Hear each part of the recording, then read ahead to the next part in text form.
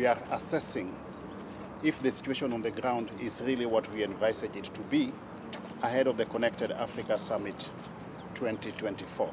As you are aware, we are hosting the Connected Africa Summit from 21st to the 25th of April here in Kenya, right here at the Uhuru Gardens in Nairobi.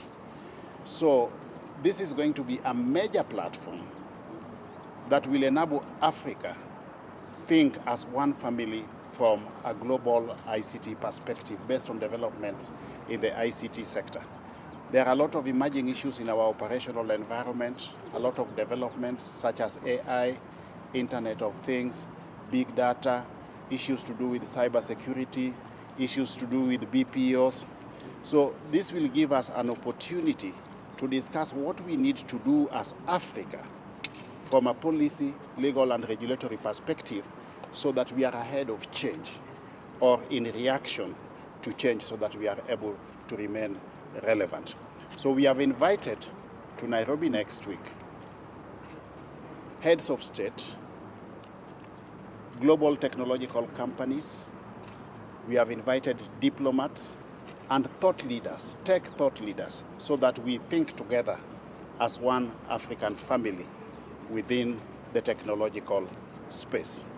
We envisage that at the tail end of this summit, we shall have come up with a tech roadmap for Africa that will espouse what we need to do to strengthen our policies, laws, and regulations while moving in tandem. We need to break the geographical barriers that we have within the continent so that as Africans, or African countries for that matter, we can have uniformity in terms of policies, laws, and regulations that are relevant or in tandem with what is happening in our operational environment. We believe that at the tail end of this summit, Kenya as a country shall have benefited immensely. One, by way of espousing our capacity in innovation. We have got a lot of talent that we need to bring to the fore so that people can see what Kenya is capable of by way of technological innovation. That is one. We are going to have direct foreign capital inflow into the country because we have got between 5,000 to 10,000 delegates who will be in Kenya next week. It gives us also the opportunity to showcase the abundance of tourism facilities that we have within the country. In fact, over and above the summit itself, we have made sure that the timetable of the program is flexible enough to the extent that delegates will also have the opportunity to view some of the tourism facilities that we have within the country. It will also be a platform for us to share ideas in terms from research, those from the academia, technological innovations. So it will be a platform for us to benchmark as Africa with the best elsewhere and see what we can adapt while customizing to meet our own unique, peculiar situation. We have assessed where we are going to have the tents mounted. We have assessed where we are going to have the exhibition facilities. We have assessed where we are going to have the plenary discussions. And we are here with all our partners or sponsors for this event. Just to mention but a few, we have got Team Europe here, we have got Google, we have got Amazon, we have got Oracle, we have got Safaricom. So all our partners in this event are available here. So we are doing this not just for us as government, we are doing this for the industry because we want the industry to develop and benchmark with the best in the world. So we are basically facilitators. As a ministry or as government, we are facilitators to ensure that we come up with an enabling policy, legal and regulatory framework for the private sector to thrive. That is why we are thinking together and working together with the private sector while moving in this direction. Kenya is leading from the front. We have in the recent past introduced major technological interventions in the technological space. For example, we are aware that Safaricom, through the M-Pesa innovation, is a best case example globally.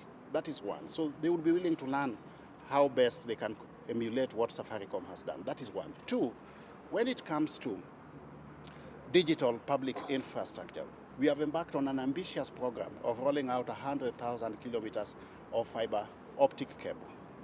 That is a major introduction or intervention in the marketplace.